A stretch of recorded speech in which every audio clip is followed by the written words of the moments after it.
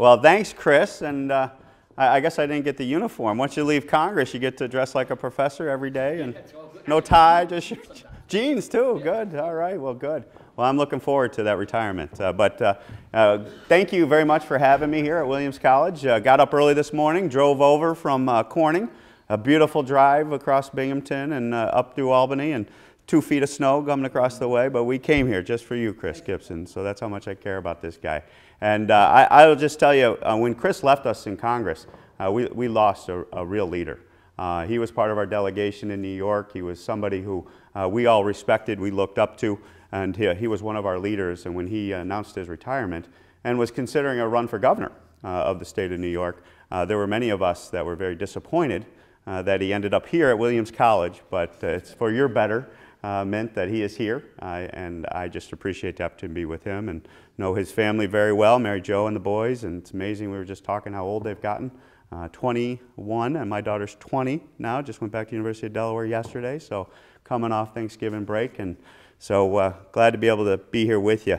And what Chris asked me to just talk about is kind of, and then open it up for our conversation, is what we're working on in Washington. I'll fly back to Washington tonight. I got a vote on the floor this evening. And then this week's agenda is really primarily focused on the Democratic side in regards to the election of their speaker candidate coming out of the new majority that they're going to take over in January. They have their internal vote, I think it's Wednesday, tomorrow, that they will be having in regards to the candidate.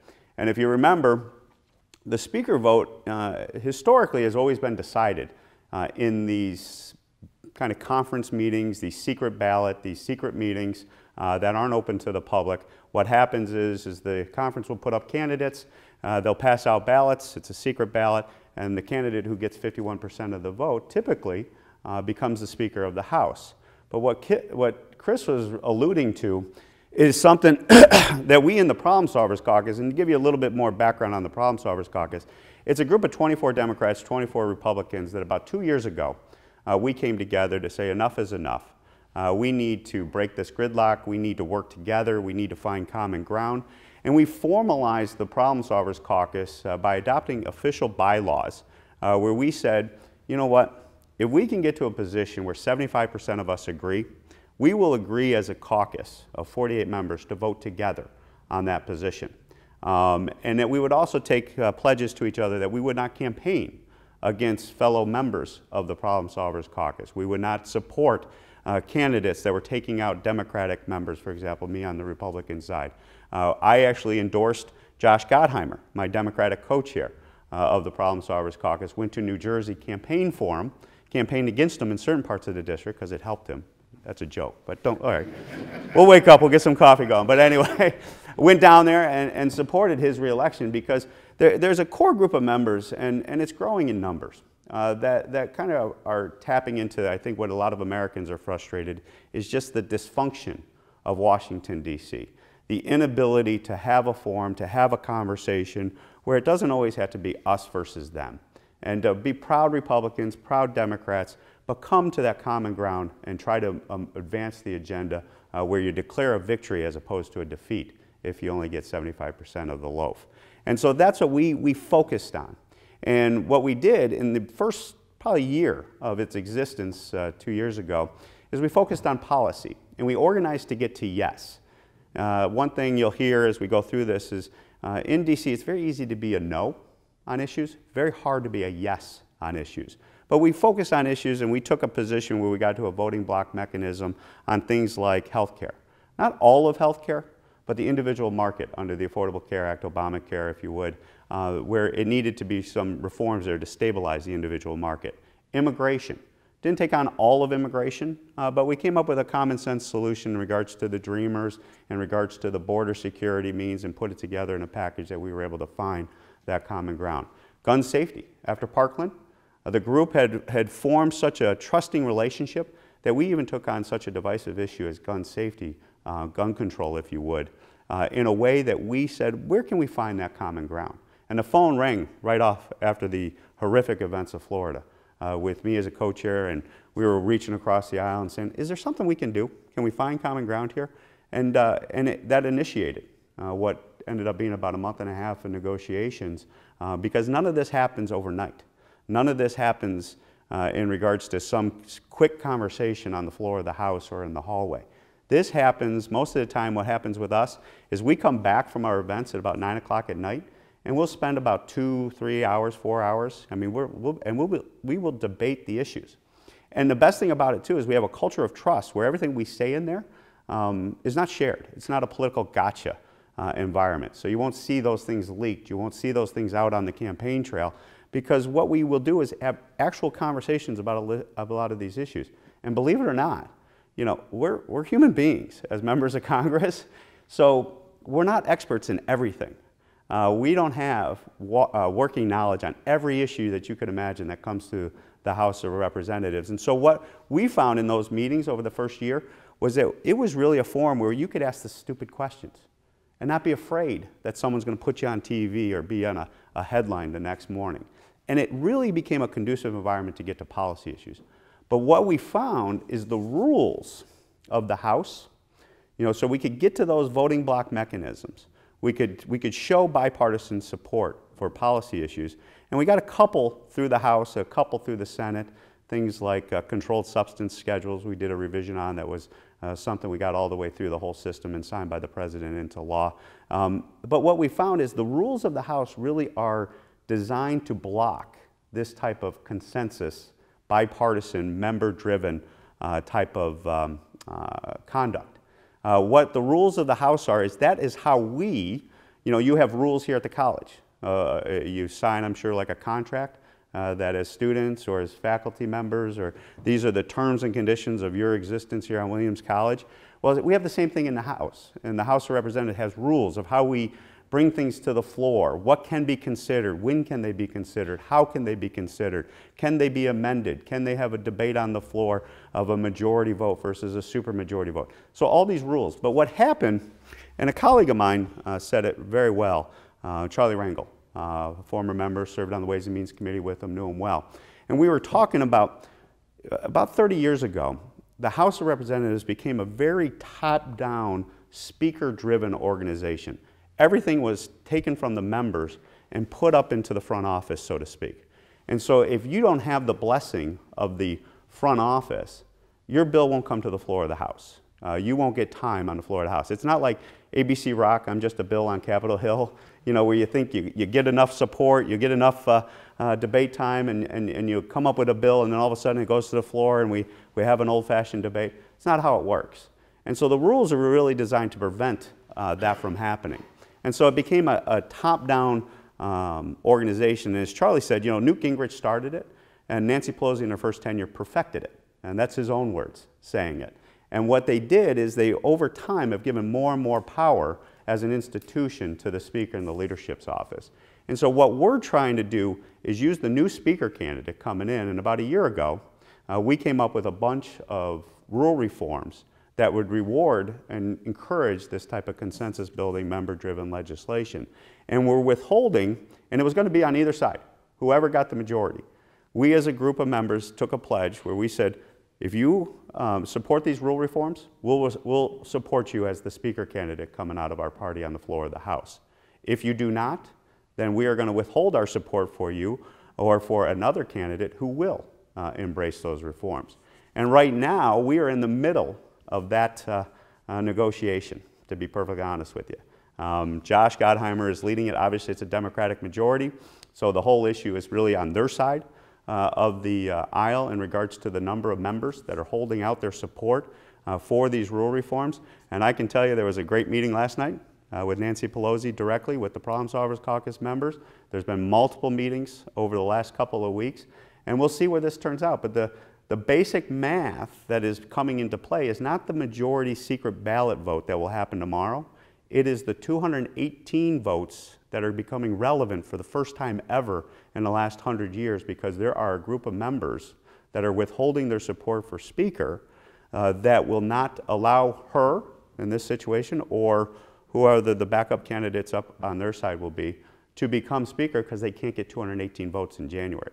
So when you watch that vote in January for Speaker, a lot of people think that's the vote that is relevant to the election of Speaker. Until now, that was all show. That was all theater. It was all preordained. The actual vote that was most important was the one that was going to occur tomorrow. But because of what we've done, we have an opportunity to potentially hold the floor in a situation where we can reform the institution, get it working again for the American people. And that's what we're really focused on. And so stay tuned. This is a historic moment. Glad to be part of it. I was looking forward to it being a Republican majority. It was, you know, it was going to be a tight majority either way. And we were holding firm on our side. We were going to do the exact same thing to Kevin McCarthy. We were going to do the exact same thing to Steve Scalise. We were going to do the exact same thing to about 4 or 5 other people that were running for Speaker, just like they are doing on the Democratic side as we speak right now. Everybody's focused on Nancy Pelosi, but I can assure you, there are many members that are waiting in the wings to potentially put their name in the ring to become Speaker of the House as we speak, if she can't get 218 votes on the floor of the House. So let's see how it turns out, but that's really kind of an update of what we're focused on. The other issues that we can talk about is we got some legislative stuff we got to get done for the lame duck session here that deals with keeping the government funded, tax extenders, some policy in regards to that, some technical corrections to the tax bill that need to occur, and we could get into all those issues, but that's kind of the lay of the land as we stand here today, and I'm very interested in hearing what's on your mind. So before we go to the floor, just to put a finer point on some of the things that Tom and Josh are working, there are 3 rule changes that are in play right now. The first is, how do you amend bills? And what Tom was saying is that essentially the leadership was driving that. So the will of the American people, there are probably times in the last few years when you've turned it on. Why is it there hasn't been a vote on X or Y? It's because leadership has, through the Rules Committee, blocked that. And one of these rules changes basically says that you cannot bring a bill to the floor and close off debate unless you get 60% of the U.S. House to vote to close off debate. Now, if that's practically saying you can't close off debate, because the only way you're going to get that is if they're convinced that there's enough amendments coming out of the Rules Committee to get that support. So therefore, any member, even if they are a first-termer in the minority or in the majority, and they seem to be powerless, perhaps at first blush, they're going to be able to offer an amendment. And if it is the will of the American people, it will be represented through that vote. So that's the first rule change. The second rule change is there have been times when a seemingly very common sense, non-controversial bill was introduced, and it may get as many as 300 co-sponsors. And you're like, well, surely that's going to pass, except for it doesn't even get a vote on the floor. It doesn't get a debate and a vote. Let me put a finer point on this, because this is actually one of the frustrations that I got that led me to this point in my career where I went all in on this. There was a bill, and it got about 420 votes, co-sponsors. Those are people that when you actually sign your name to the bill and say, I co-sponsor this bill, I put my name to it, you would assume, right, what would happen if it comes to the floor, or that you were interested in having that bill pass. You would vote for it, right? That's not how it works. What would happen is a lot of members would go to Chris, a great friend. I don't want to say no to Chris. So Chris says, Tom, can you co-sponsor my bill for me? Oh, sure, Chris. Love to do it. Love to do it. Take care of it. And then go to our leadership and go, hey, you know, I just co-sponsored Chris Gibson's bill, but don't ever let me vote on it. Don't ever bring it to the floor of the House, because I do not want to be on record officially voting yes or no on that bill. That happens all the time now. And it's the shenanigans of Washington, D.C. that a lot of us were like, are you kidding me? We got a 400-member supported bill. That's a lot of work. That's a lot of work going to members, you know, negotiating and saying, can you support this bill? Can you look at this bill? Can you put your name to this bill? And then all of a sudden you're told at the speaker's level or the leadership's level, not going to happen. Keep working. You need to get 435. You get 435, still not going to go to the floor because of that block. So this is something we're trying to reform to say. Second rule change, if you get the requisite amount of co-sponsors, there's going to be a debate and a vote that's going to happen. So on the one hand, it actually gets common sense stuff that leadership wants to prevent from coming to the floor. And on the flip side, as Congressman Reed saying, it's a way of calling. You know, you play cards and bluffing or something. These members who are trying not to, either for another member or, quite frankly, even for constituents who've come to a member and say, please co-sponsor HR 1234, and they're like, well, I'll co-sponsor to get these constituents off my back, but I really don't want to take a vote. So that is not going to be able to happen anymore with the second rule change. The third rule change has to do with the stability of the speaker. The way the current rules array is that one person essentially can force a floor vote. And what that does is that causes the leadership to become very nervous about what it is that they'll accept as risk to take a bill to the floor. And so in the past, you've had bills that should have been voted on that never were voted because there was a very vocal, narrow minority that said, if you bring that bill to the floor, we will fire you, Speaker. And so that has actually prevented progress for the American people. So those 3 simple rule changes that these problem solvers have brought forward has essentially shaken the political world in Washington, D.C. You're getting bits and pieces of it. If you're reading The Hill, Politico, and some of you are armed with questions on that. I like some emails. There's been some activation emails going out. Yeah. I know there's been some requests to phone the office, sit in the office, protest the offices, not only on my side, but more importantly on their side. And we're seeing a lot of that. But there's a method to the madness. This is not about, and I want to assure you, this is not about an individual. This is not about Nancy Pelosi. This is about the institution and trying to use this moment of history because we have a new speaker candidate coming in, and we knew that with Paul Ryan's retirement, that either way we would leverage this 218 vote on the floor to get these institutions done, this reform done. Okay. So that's the lay of the land. For your reactions or questions. Or concerns. Anything that's on your mind, please.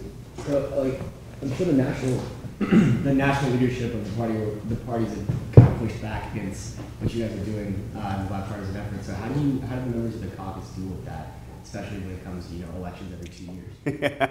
Yeah, it's a great question, and it's true. There are threats made about committee assignments. There's threats made about we're going to run a primary against you and things like that. But the one thing that we have done in the Problem-Solvers Caucus, remember, this isn't happening overnight. This happened over a 2-year period of time. And what we have done as a group have really bonded. And really kind of when you talk to older members that were back, before kind of when your word and your relationship was very solid member to member, there's not as much of that anymore because most members leave every weekend. I go home every weekend to the district. So you don't develop those close friendships like Bob Michael and Dan Raskintowski. They used to travel to Illinois back and forth. They were really good friends, and Bob was kind of a mentor of mine. And so what we have done is built that type of relationship again. And so a core group of us are sticking strong. But I got to tell you, it's D.C., and we were just laughing about it over here. The pressure's huge. And some of these members get nervous, and they're starting to peel off. And you're starting to see headlines of people, who are potentially, I'm never going to support Nancy Pelosi, now are going to support Nancy Pelosi because they cut a deal on XYZ. It's just the nature of the beast. But we have enough, and that's why the 18-vote margin, it's a manageable margin that we could potentially weather this attack that's coming, that is happening as we speak. And so what you do is, and it's also a gut check moment for a lot of members. I've been there since 2010, and one of the things that I think we have the benefit of is you get to the point where playing the circus game gets old. And you get so frustrated. I can't tell you how many members come up and like, I love what you guys are doing. You really appreciate your leading on this because I'm tired of doing nothing. I'm tired of being told what I'm voting on, being walked over to the floor of the House, not even really having a final package to look at before I can vote on it because I'm waiting for it to come down from a high. Happens on both sides. And they're like, what you're doing is what we came here to do, is to legislate, find that solution. And there's good men and women on both sides of the aisle that want to do that. It's just the institution right now has become so caught up in gridlock. And it's a nature reflection. Remember, the House is a reflection of the country. We are the people's house. And so the country right now is very divided. So you got the hard right and the hard left that are way out here chirping very, very loud. And what's very difficult is to kind of harness that silent majority that I think is in the middle that is like, look, I'm a proud Republican, I'm a proud Democrat, but we want you to get something done. And that's what we're trying to do. Yeah. Are you optimistic that these rule reforms will kind of swing the pendulum back towards the center in a substantive way, but I guess more importantly in a lasting way, especially as the vote for another speaker comes up in 2 or 4 or 6 years? Yeah. Well, so just put in context, I think the last time we've had major rule reforms like this, there's 30, 40 plus years. That's a generation worth of impact. So I'm very optimistic that if we get this done, you're going to see a cultural shift occur in the House, just because the nature of the rules are going to be tapped into to encourage this type of behavior. You're going to see that happen. Now, does it mean that a future speaker 2 years, 4 years from now could potentially try to undo that? very difficult to do that because the stars really did align for us about a year ago. When we knew Paul Ryan announced his retirement, then we knew there was going to be a speaker candidate on either side. Right now, it may be different if you come in like 2 years from now and it's the same candidates, it's the same person running.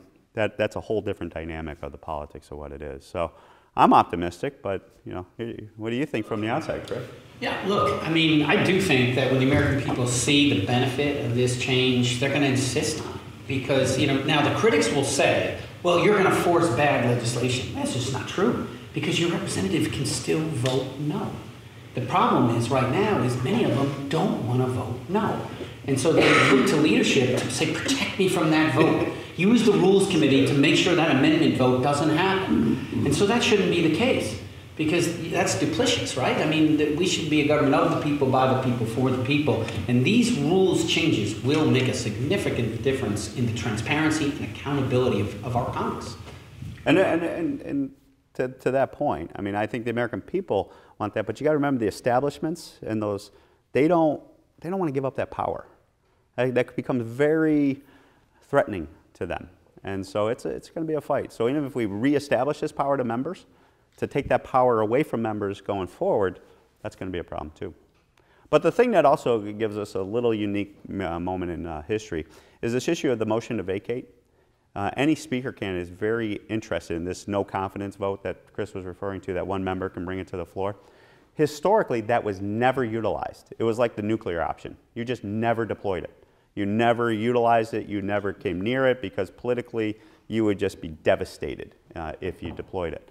But our Freedom Caucus guys, who are a hard right kind of breakaway group that is kind of controlling the House by their kind of hard right positions and trying to hold everything out, they weaponized it and they deployed it. And John Boehner is the best example of it.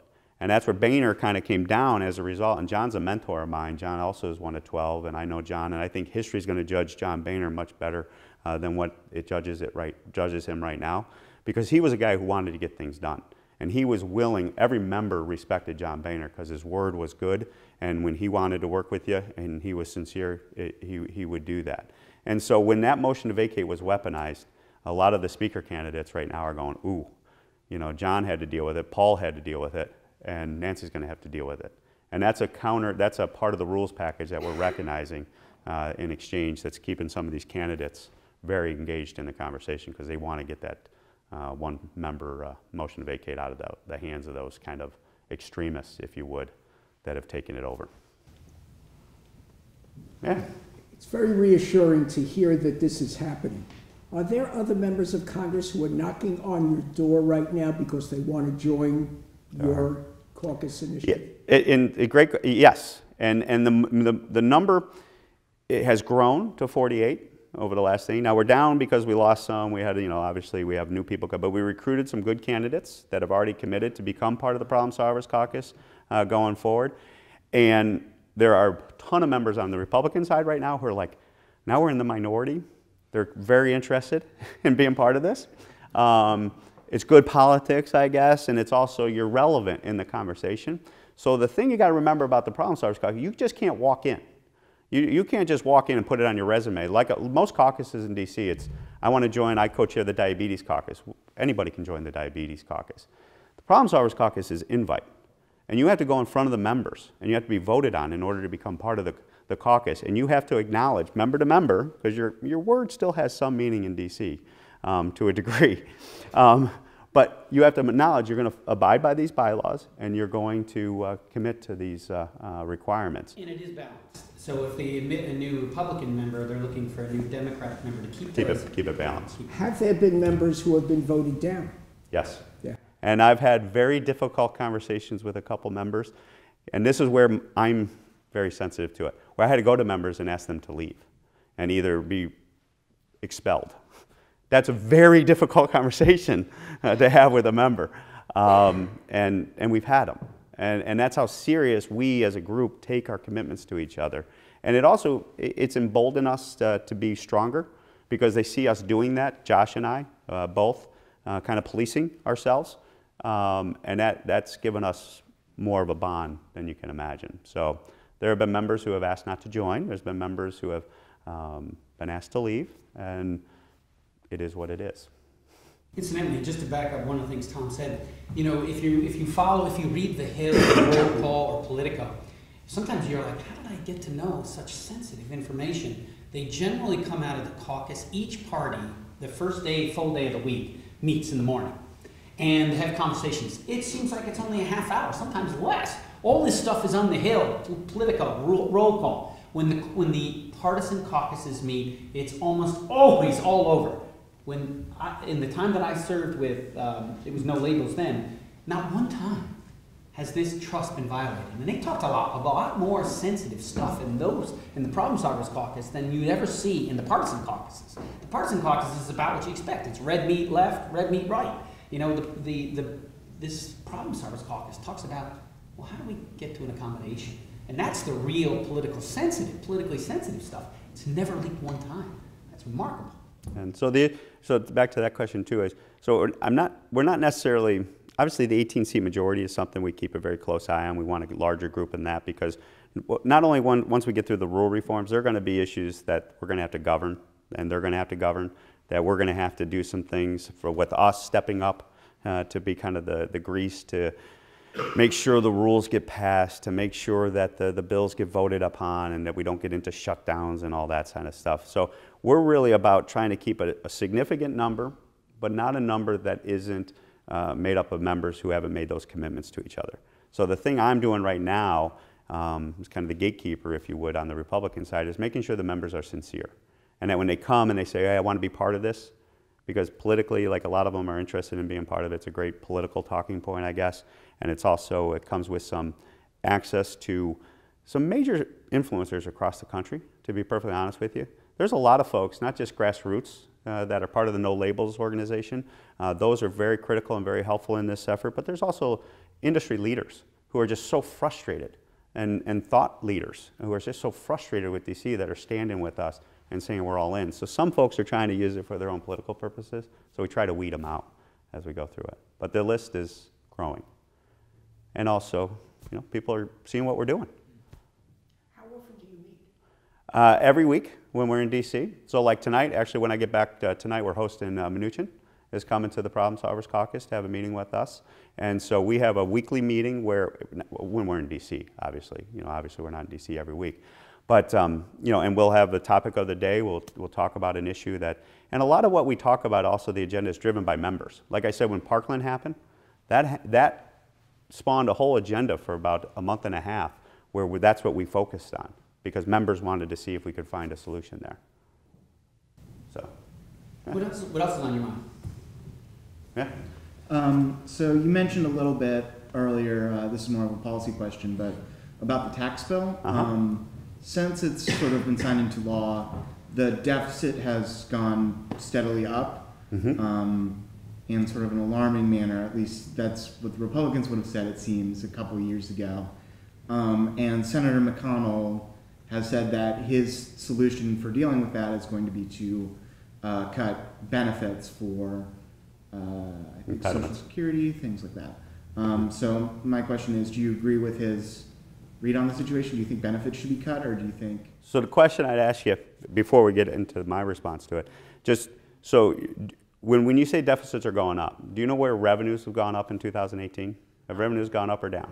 I would assume it's gone down, but revenue's gone up about 2 points for 2018. We are at record high revenues, even with the tax cut, because once you start getting 4%, 3.5% growth, you get a tremendous amount of revenue coming into the coffers. So revenue is going up. The issue is we went up about 2% on revenue, 7% in spending. So what McConnell's getting to is if you're having more revenues and you're still going into a deficit situation, doesn't that really highlight the problem, that it's a spending-driven problem? And so what he's articulated is, if you look at a pie chart of what we spend, I don't know if you know how much we spend about $3.8 trillion every year in the federal budget. Do you know how much of that is entitlement, by any chance? I would assume around a third. It's about 2/3. Okay. So 2/3 of entitlement, that's Medicare, Medicaid, Social Security, and then mandatory government spending, which is kind of the autopilot spending, where it's just the nature of government employees, retirement, health insurance packages, all that type of stuff that is up in that mandatory piece. And then there's the interest on the debt, which is a real problem right now. It's one of the problems that keeps me up at night, to be perfectly honest with you. And so what we're putting out for people to look at is, how do we solve the spending issue? And we can talk about the 1/3, which is all the discretionary spending.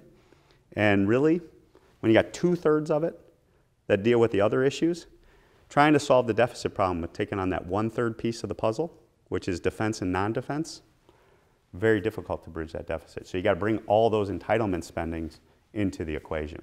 That's why healthcare, if we can get healthcare costs going in the right way, healthcare costs themselves going down, now you touch into Medicare, Medicaid, mandatory spending, because that's retirement health and things like that for government employees. You get healthcare costs going down. That could be a significant mover in bridging this deficit. So I'm open to taking on the issue of Social Security and Medicare and Medicaid reform, because on top of not only the deficit problem, Social Security and Medicare are on a path that need to be addressed, because those benefits are not going to be honored here in the foreseeable future if we do nothing. So to me, this is, and we were talking about it earlier, one of the best votes that he and I took was the Simpson Bowles. Anybody familiar with Simpson Bowles? The Simpson Bowles was a kind of a, we're going to get together, solve this deficit problem, get our spending and our fiscal house under control. And what Chris and I voted on was the budget form of Simpson Bowles called Cooper La Tourette. And it was a budget that came up during a budget series that we had a whole thing.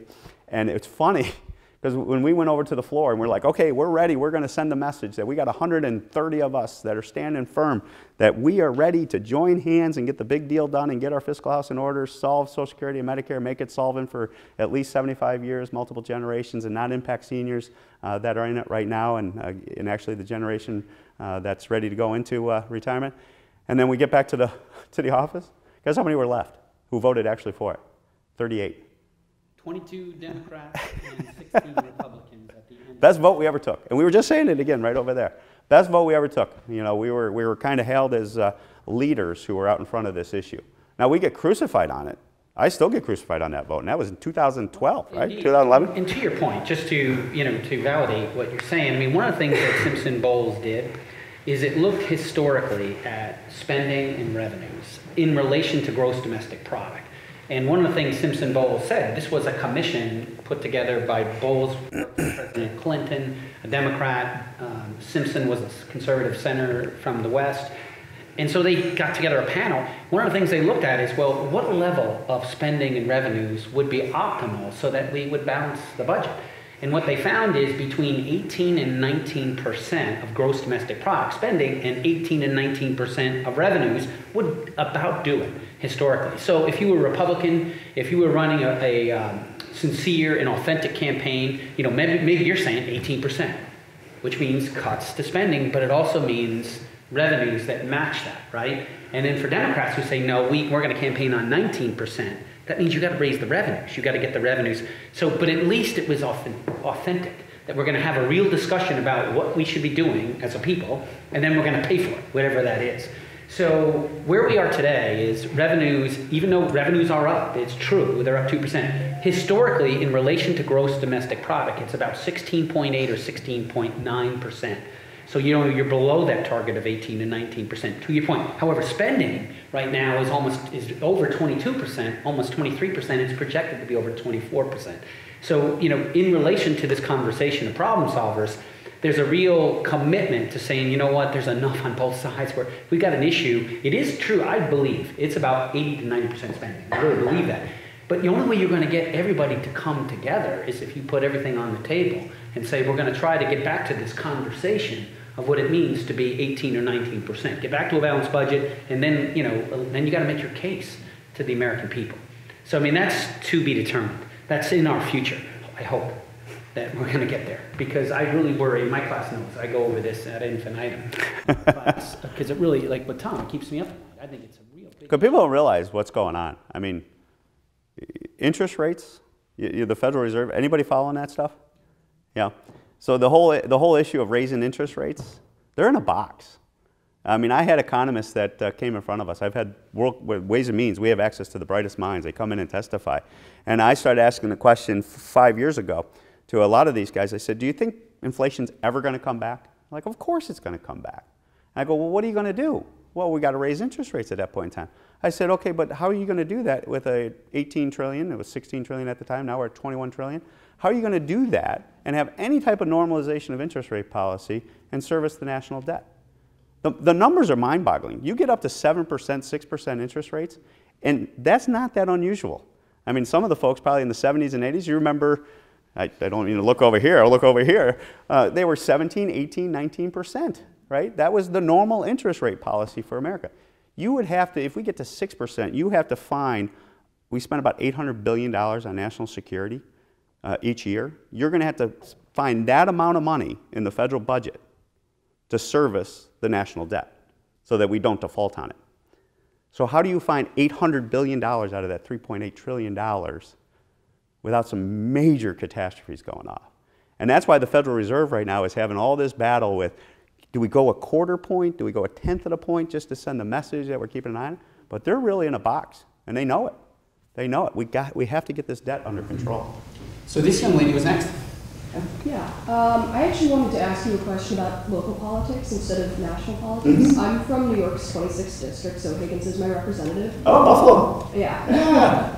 And, you know, we both know that New York experienced the blue wave in this last midterm. It's very solidly Democratic now. And I wanted to ask you, you know, you've talked a lot about bipartisanship, so how do you serve your constituents, which you come from a conservative district in New York State, which is pretty rare at this point. And I wanted to ask you how you serve your constituents and how you strategize in a state where the rest of the legislature does not align with you party-wise. Yeah. So it's difficult in regards to the state and federal relationship, to be perfectly honest with you. You know, I've had numerous conversations with the governor, numerous conversations with our state legislature, and now that New York's going to one-party control with the Democrats in the state Senate and Assembly and the governor's all control, probably going to even have less of a relationship there, to be perfectly honest with you. But people like Brian, you know, we've done a lot of work together. You're familiar with West Valley? West Valley, the nuclear demonstration system. He and I have worked together on that lock, stock, and barrel, and we've been able to secure adequate funding for them in regards to where it's at now at about $75 million a year, where it used to be at 50. So working together, we were able to do that. I helped him on the Peace Bridge and then the highway going up on Niagara Boulevard. So we are always looking. We did a whole public service announcement. I don't know if you were home during the period of time. Did you see Brian and I together? We went out for mental health. So we did a commercial together, and it was funny. Both of us got hit by our people for doing that. They're like, how are you, why would, and he got hit more because, you know, we are, it's more, he has a very heavy Democratic district. I have a conservative district, but it's not one of these R ruby red districts. It's like an R6 on the scale of things. And so they're like, his people actually reached out to him and said, why are you doing an ad with him? That makes him look good. We want to take him out. We want to knock him down. But he's like, it's mental health. And what we had is a foundation whose founder of it lost a child to suicide as a result of a serious mental health condition, and he asked us to do a PSA to try to highlight awareness on mental health. So we did that together. So what I try to do is look for those opportunities where we can agree.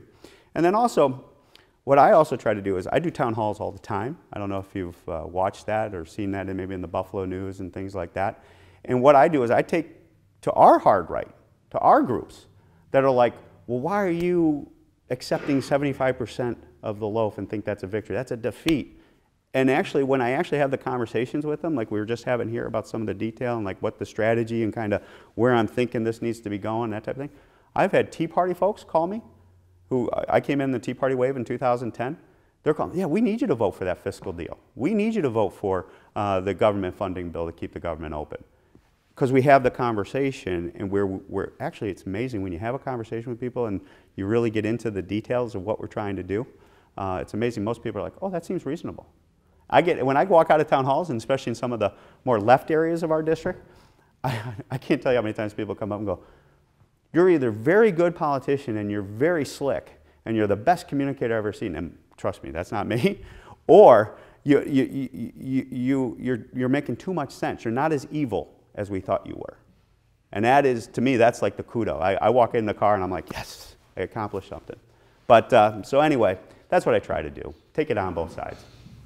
Yeah. Great question. Congressman Reed, first of all, in the interest of true transparency, I do not live in your district. I'm not one of your constituents.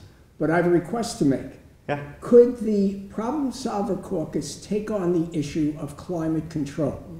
Yeah. I mean, I am overwhelmed by what's happened during the past week, with report after report, where the federal government states very clearly what my children and grandchildren are going to inherit because of the non-action we are taking as a country now, and our president refuses to acknowledge it. Mm-hmm.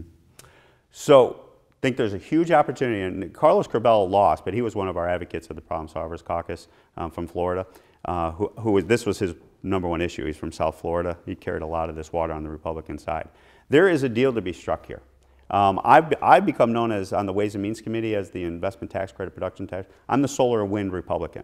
Those provisions in tax reform were there because we advocated for them, made sure they were there. The phase downs were adequate for these guys to get on their own. And I just got a bill in the last budget deal that dealt with alternatives of geothermal, small wind distribution. 1080 is the bill reference. But so there is a deal to be struck here in regards to alternative and renewables plus climate change issues. Now, one of the things I find, and this is where the Problem-Solvers Caucus is very good, because we've had a conversation about this. Now, we haven't taken a formal position on it because we just haven't gotten to 75% and other issues have come up. But one of the things we find in these things is, well, what's the problem? Why can't we get to a consensus? And it happened in our caucus. So when we talk about climate, everybody started immediately from, well, do you believe it's happening? And do you believe it's human-made? And that was the end of the conversation for like 2 hours. And you'd have some conservatives who would say, yeah, maybe, you know, humans do have a role in it, but it's not all humans, and then all of a sudden, no, it's all human, and it's 100% human-made, and da-da-da. And we spent hours debating that issue, as opposed to saying, I believe climate change, humans have contributed to it. Do I also live in the Finger Lakes, where I've seen glaciers, you know, historic, the results of the glaciers coming through and the earth cooling down and warming up over huge periods of time? Is there something going on in regards to that? Probably, but humans have contributed to it. So why don't we find out where we can agree? And once we started the conversation after 2 hours of fighting over climate change and cause, we started shifting to, well, do you want clean water? Do you want clean air? Yes, yes, Republican and Democrat. Never heard a Republican on the Florida House say, I want dirty air for my constituents. I want dirty water for my constituents. Never has happened. But what you can do is you say, okay, well then if you agree with that, then what can we do together to solve this issue? And then you have the incidental benefit of taking on the issue of climate change, because you've got the debate in a foundation where you move away from the divisive part of it and you come up with substantive solutions. So I think the Problem-Solvers Caucus is ripe for that type of solution. And I will tell you, there's a lot of folks, you got to understand DC, like immigration was a great example. We got to a 75% consensus on immigration, but both sides didn't want to solve the problem. The hard right and the hard left did not want to solve the problem. I'll just be honest with you. You know, I had hard left people telling those guys, do not in any way advance this issue, because they like it. It energizes their base. It gives them armies of volunteers. It becomes a very sympathetic political argument to put on TV, where you got families being ripped from apart. You got kids that are the poster child of the dreamers and things like that. Like, why would you solve that? We need that politically. We need that support. We need that energy. And then there's guys on our side who are like, well, no, we can't take on immigration. We need to shut it all down. We need walls around the whole world and, you know, become an isolated country. And that energizes our base. And so there is and climate change is also part of that to a degree. You know, there's people that are working on it because of this divide and making a very good living off of it too. So this gentleman here was next, and then we'll go to Karen. Oh, I'm sorry. Sorry, I'm from New York's 23rd. I was curious as to like. Where's home? Where's home for you? Dryden. Dryden. Yeah. No, well. So I was wondering what you think, what concerns you the most, or what are you most excited to work on for the district? Yeah. So going into the next session, it's going to be interesting. If there's a willingness to actually want to get something done, I think there's a huge opportunity. Being a divided government, the House and the Senate, you know, there's some things like infrastructure. There are things on immigration, not the whole package of immigration, but things like skilled workers, guest laborers, seasonal workers for our farmers that you could tie with border security that I think could get some solutions put together. But I would say infrastructure and immigration are probably the top two issues that we're really sensitive to. And then also workforce development. One of the things we're finding across the entire country, you have about 7 million jobs that are open and about 6 million people looking for a job. And of those 6 million folks, there's a skills gap situation where we could use our tools as the government come together to try to give those reskilling opportunities to those folks. And we have that in the 23rd Congressional District. There's a huge disconnect of folks that are there. And then also what we're also very concerned about, and I'm a big believer in U.S. manufacturing, and we're losing our manufacturing base in the southern tier. You know, not and farming, but manufacturing is having a real tough time staying in existence in upstate Western New York. And you know the area, so you know the bones that we have, you know the skeleton we have in the ground. We got huge infrastructure that needs some improvement, but the bones are there in order to have manufacturing come together and blossom again. So those are kind of where my head's at. And you might have some something on drug prices too with the problem solvers. That's another issue that there's some common ground. Drug pricing is something where we just had the Secretary of Health over right before recess, and they're doing a lot of work in the agency and Department of Health, AZAR, in regards to drug pricing. And he's actually very knowledgeable. He's very good. He comes out of the pharmacy world, so he knows all the issues and where everything is needs to be touched, so to speak, to take on drug pricing. But they can only do so much in the agency. They need some legislative fixes in order to give them additional tools to get these prices going down. What should I focus on from Dryden? Let's see. What I notice most is that there does seem to be our district is very divisive. So I'd like to see a little bit more cohesion in that. Our St. Thomas County, we're a very blue county as opposed to, I think some of the members of my county think it's a very gerrymandered district. So I think maybe a little cohesion within that would be. Well, I appreciate that. So two things. Gerrymandered, you know, that I get that thrown at us for the district quite a bit. Our districts were drawn by an independent judge, just so you're aware of that. So there was no gerrymandering. There is no, New York State's districts were drawn by a judge, so it wasn't. Sorry to interrupt, but that's yeah. What people believe is. Yeah, I know. Yeah. So I just wanted to correct that out there because I get that quite a bit. And then one of the things, you know, I used a term, extreme ethical liberal, in a lot of our campaigns. Because to me it wasn't about the area, it was about the ideology. I will take on extremism, both left and right. So just be aware of that. And so what I did over the last few cycles is I used that as the term to describe the extremism that I thought was going too far to the left, to kind of show that, look, I'm here, they're here, that's the choice, let the voters be educated and let them speak. And so what I did do this cycle is after the election, I announced that we're going to retire that. So I'm not going to use extreme ethical liberal in any of my future campaigns because I'm trying to lead by example to say, you know what, I hear that. And when we've done the town halls over there, I was not as appreciative of how divisive that term was by the people that were hearing it. When I was trying to articulate, it's not about you as a person, it's about an ideology.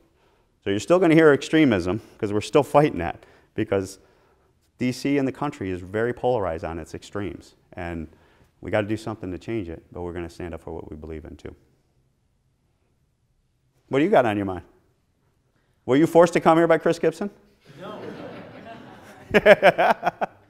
So I start calling on people. I want to be a college professor too. Stand up and it's like the paper chase. Come on.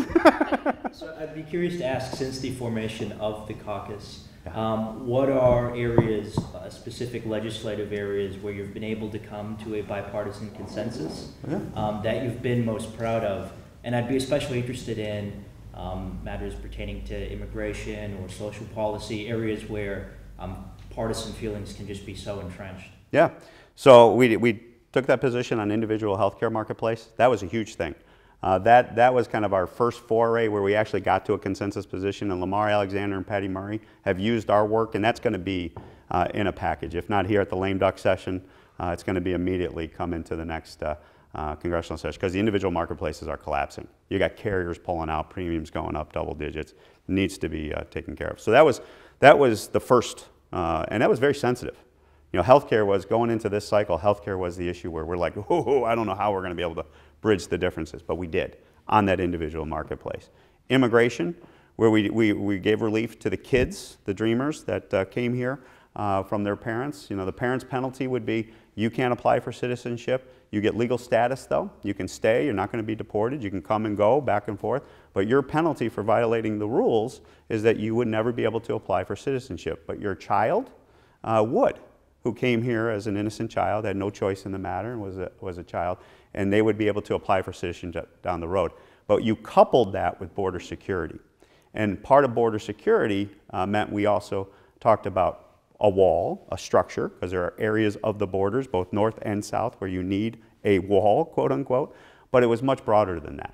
It was about the technology, the non-structure barriers to make sure that our borders were secure and that we had a functioning border so that when people came, you know who were coming, and you had a way to vet them to make sure that they're not a risk to our fellow American citizens. And then also you would have a border that would have functioned knowing when they left and when they were to be able to come back.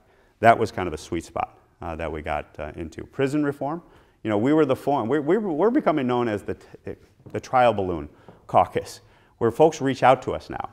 And they said, you know, we want to see if there's some consensus here that can be built. And so prison reform was the best example of that. So Jared Kushner reached out to us, Grover Norquist, and Van Jones. And they said, we'd like to come to the caucus to present our ideas on prison reform. Most fascinating meeting I've ever had. I mean, that is a panel right there. I mean, that is a panel that is priceless in representing who we are. And from that panel conversation, we were like, yeah, this makes a lot of sense. We don't get into criminal justice issues. We get into what happens once somebody is in prison. What can we do? Where can we find the common ground? Because I don't think there's not a soul in DC as well as across the country that says, okay, well, why don't we do the best we can to get them in a position to be in a position to get a job, to become self-defended, so they don't come back to prison. And that's the cornerstone of some of the stuff we've been working on. And I'll add, before I left Congress, I was doing the co-chair business myself, and one of the issues we had success in was veterans health care. Before the No Labels Problem Solvers got involved, the software systems for Department of Defense and the Veterans Administration could not talk to one another. And so when veterans left active duty and came home, they had to start over again with their record. And trying to explain to these respective secretaries of defense and VA that, you know, for a young veteran who just went through 8 very painful sessions of mental health support to pour their heart out and to then walk into the VA and say, you got to do it over again. They're just going to turn around and walk out. They're not going to go through that pain again. We need that transparency and that portability of that record. So, you know, I worked together with Ruiz, who was a member from California, and Ami Barra, who was, these were both Democrats from California, and we authored a bill that required these two systems to come together, Vista and Alta, the two software systems. And, you know, Barack Obama signed that into law. And so we're now well down that road where you have interoperability and we're ultimately going to have seamlessness. So that was an example where, you know... I think Chris misses it. See, he's got the bug. I can sense it. No, we might only be here on a short stay. Maybe we can get you back. But no, that's an example where the problem solvers actually got together. We drafted this bill, got a lot of co-sponsorship, got it into the National Defense Authorization Act, and President Obama signed it. Please, who has not had a chance yet? We'll go this time. Who wants to talk? New voice. Yeah. So you've talked a lot about how, or you've critiqued like the extreme left and the extreme right, and you seem to be pretty moderate in the middle. How do you think, and your label says you're Republican, how do you think, or what experiences through your life have shaped like your viewpoint? How have you gotten to where you are in your ideology? Well, it goes back to kind of my upbringing, to be perfectly honest with you. You know, so I was raised in that family of 12, but you got to also remember my dad was career military, but he passed when I was 2. So I was raised by a single mom, and she lived off a military death benefit check and a Social Security check. And we didn't want for anything, but we were not rich. We were not. And so what we were taught in that environment is kind of the issue of respect, getting along. You're stronger when you work together. You're going to have to solve problems, but also a lot of self-dependence, taking care of yourself, being optimistic, kind of that glass is half full type of outlook on life, and just keep trying to advance yourself, not to be dependent on any type of government program. However, I stood in line with my mom getting cheese, surplus cheese. Maybe some of you folks remember that. I remember those days. I remember when it was the first of the month and we'd go up to the commissary at Romulus and we'd be able to get the groceries and we'd have great steaks and things like that. End of the month, we'd have egg sandwiches. But again, you know, there was a whole mentality of military, country, security, limited government, but a government that is a safety net for those times when life throws you a lemonade. So that's kind of where I kind of come at it from. And just over time, you know, my wife and I have 2 kids and we're just kind of, you know, living this reality, I guess, that we've kind of come up with. Yeah, follow up. And then to follow up, so, and then how do you think the people on either ends of the extremes, how do you think they, in general, shape their ideologies to get to those, like, hard left and hard right? So I think sometimes, and I've had this conversation with a lot of members, especially on the hard left, and also on the hard right. I'm like, tell me where you're coming from. And a lot of times when I talk to members, you know, there's a utopic, idealistic type of, you know, we've all been there. You know, you have the utopic idea that, okay, government can take care of this, and then the harsh reality of the situation may be, well, maybe it can't. And also, if it did, who's going to pay for it? How is this thing going to function? And how do you have a society that respects kind of the people-based society versus a government society that we're, I think, at our core, a country that's committed to? And so on the right, you know, the same thing. I think there's kind of these folks who are, you know, just no government, libertarian. I've seen that out there, and where they come from, I think, is just you know, just leave me alone. I'm living up in the hills, and I just kind of want to be my own person and do whatever I want, so long as I do it on my property and not go onto anyone else's property. And I think it's all a culture of upbringing. I think that's where it comes from. That's a great question. I mean, I think and it's not, but both sides are right.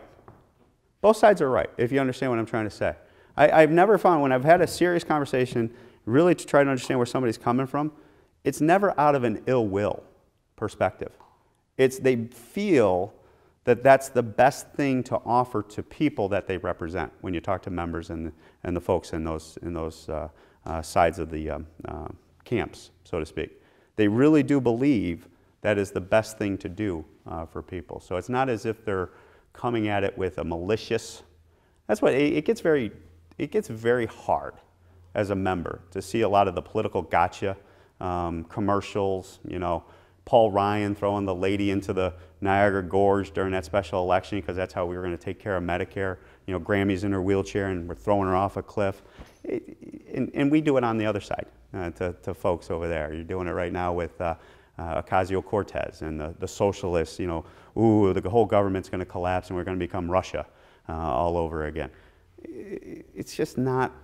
It's not where they're coming from. They're coming at it from a perspective they want to do good. That's why they're there. But they just do have a good faith difference of opinion as to what are the tools to do it. So we have time for one last question. I'm sorry, but then Tom will stand by if you wanted to come up one-on-one. And again, help us out with the refreshments, please. So I'm from the 15th district of New York, so deep in the South Bronx, and 2 issues are kind of been pertinent to me. It's climate change and prison reform. We talked about both of them, and I'm curious about like the progress that's being made on both. So you talked about the panel, so I was curious as to like what the common ground was, and for climate change, like you said, there's a deal to be struck, and so like how close or how far are we from like closing this? Yeah, I think so. On prison reform, I think we're very close. I think there is right now the debate is in the Senate, to be perfectly honest with you, and some folks may be trying to open it up to more issues like criminal justice, the whole issue of sentencing and things like that.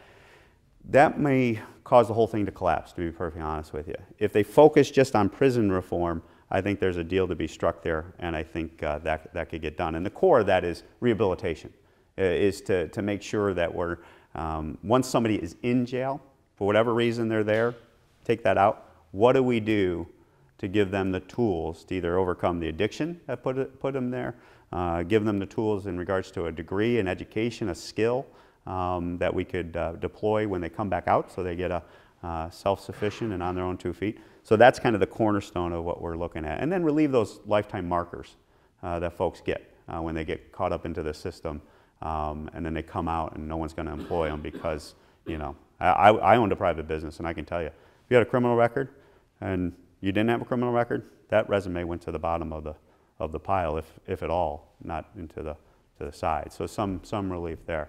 Climate change is a little bit different in the sense that that's a big issue to take on, and so I think there's still an appetite to you know, and have reasonable standards on clean air, clean water, and that type of environmental standards, and making sure that that is their energy policy. I think there's a tremendous amount of interest in regards to promoting alternatives and renewables even further than what we've already been able to do, and you tie those two together, I think you're going to make a mark. The whole question, though, that really on climate change, I think that needs to be wrestled with is how do, and I know Paris, people are going to say, well, we pulled out of Paris, and that was a problem, that was a mistake, but it is what it is, and we're moving forward. How do we go into the next deal? And that's why these bilateral negotiations on the trade negotiations are very important. So like what we're doing in regards to Canada, Mexico, now we're pivoting over to UK and EU, as well as Japan, and then we're going to take on China, because you got to get China and India in particular to the table to come up with some standards that are enforceable so that we can maybe make a dent in regards to the world emissions that are going on out there. Congressman Reed, thank you. All right, I don't know if that helps, but thank you guys. Appreciate it.